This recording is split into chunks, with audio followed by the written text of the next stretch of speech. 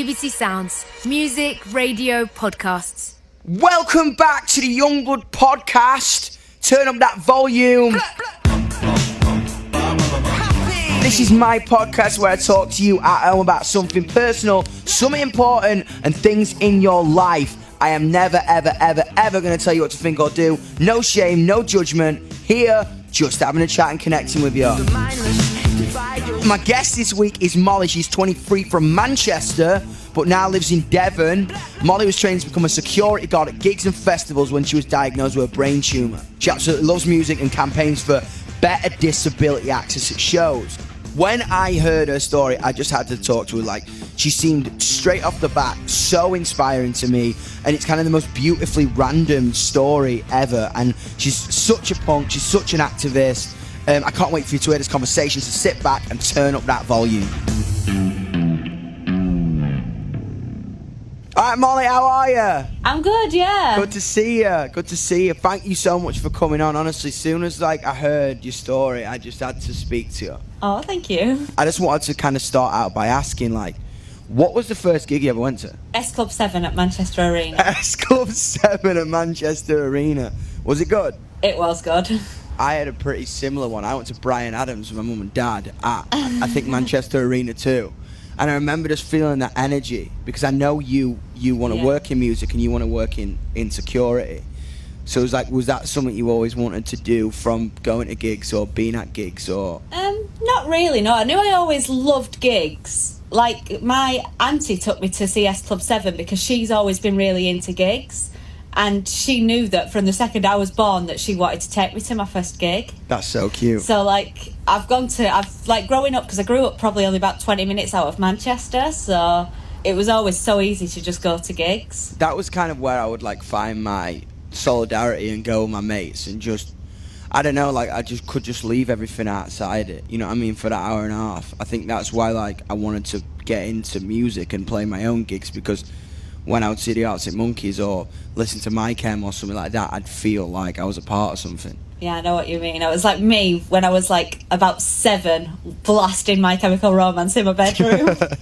Yeah, man, dude, it's so crazy. But all my life, I remember going up to 18 and having my first beer at a gig. I felt it was crazy, and 18 is such a bizarre age. I mean, 18 was probably a crazy year for you because you found out that you had a brain tumour at 18. What was that like to figure out and process, and what did you realise about your life when you had that? Well, it was really difficult because I feel like I had it at such an awkward age, because I was just about to leave college and start looking for full-time work. I was just about to become an adult, basically.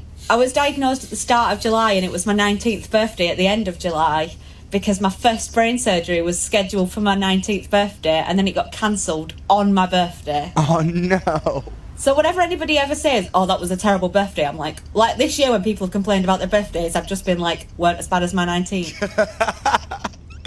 I mean, legitimately. And you found out that you had a brain tumour on a ride at Thorpe Park, right? Well, yeah, because I went to Thorpe Park for my friend's 18th birthday, and I was completely fine up until I went to Thorpe Park, and then after I went to Thorpe Park, I started to get ill. I just kept being sick, and I was really tired.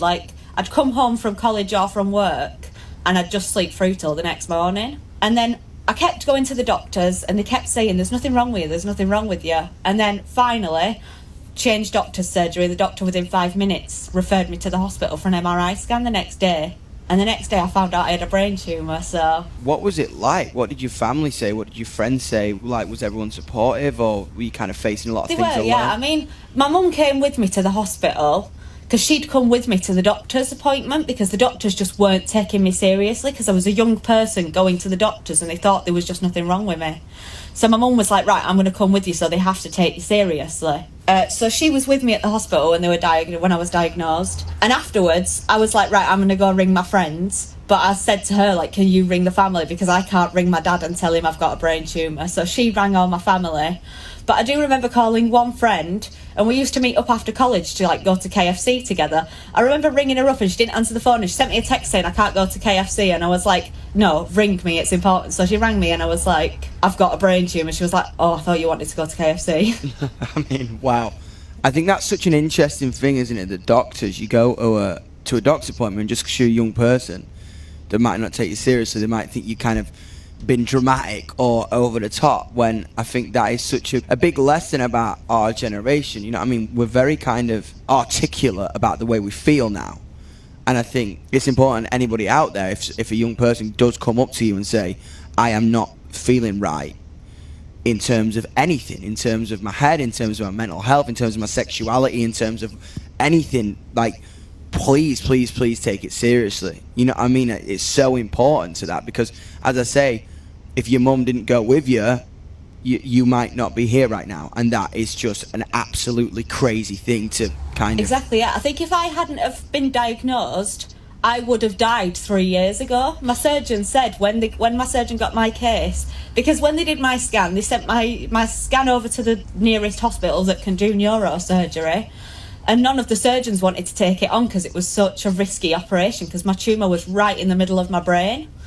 So none of the surgeons wanted to take it on, but my brain surgeon just looked at them all and he said, if nobody helps that girl, she'll be dead next summer, and she's only 18. Do you find people kind of treat you differently, or kind of tiptoe around a subject, or treat you strangely? Definitely, yeah. Do you have anything to, like, say to anyone out there who's going to meet someone who's potentially had, like, a brain operation, or got a disability, or has had anything like that happen to them? I would say just treat them like they're a normal person, because at the end of the day, that is all we are, which is normal people. And when I was first diagnosed, I noticed I lost a lot of friends because they just didn't know what to say to me. It's so interesting, isn't it? It's like, that is one of the most common things I am told about when I speak to you lot in my fan base. It's like, just because I dress differently or I appear different doesn't mean I am. I'm completely the same as you. And say it, as long as you say it with love and you put your foot in it, I'm just going to laugh at you. You know what I mean? As I say, I'm not going to resent you for it. It's so interesting, isn't it, that as people, we push people away if we step into the unknown. Yeah, because it's like, I think it's funny when people make jokes about it. Like, when me and my friend Emily went to a gig last year, and I was there like, oh my God, look how beautiful he looks. And she's like, Molly, you're blind, you can't see him. I was like, I'm only half blind, Emily, I can definitely still see him. But that's it, man. It's just like, it's so weird. I find it crazy when people just act differently. I think it's just like their own insecurity being amplified. Yeah. On top of everything. And I think if anybody is out there and has gone through something similar to Molly or to anything like that, and people are treating you differently, that is not your fault. That is their own insecurity, and that is them kind of not knowing how to handle you. What is insane to me is that you trained to be a security guard at gigs. I was training to be a security guard. Like, I was doing security at college when I got ill. That's so punk. I love it. It was just because I wanted to. I'd done 2 courses at college that I thought, like, I hated both of them. And I thought, like, what can I do now with my life? I need to look to get a job. And I was like, I want to be in the music industry, but I have no musical talent. So I was like, what do I do? But you can rock a choker. You can rock a choker. But she's wearing a sick choker, everybody. But yeah, I was just like, what can I do in music? And then I was like, I can get paid to go to gigs and festivals by working as security. Yeah, that is a sick thing. Like, a lot of my mates like are obsessed with like working the bars at venues and working the bars at festivals. Cause it's just like, I got to see Radiohead last night for free because I was like working the bar all day. Obviously, because I know you love going to gigs. What is going to gigs like now, like post like having the operation and having the tumour and stuff? See, that is a huge issue for me now, because I used to go to gigs all the time and never think about how would somebody with a disability go to gigs.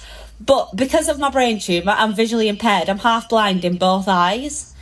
And also, when I had my second brain surgery, I woke up paralysed on the whole left side of my body, so I had to learn to walk again. Oh my God. So now when I go to gigs, obviously, I have to be aware of those things.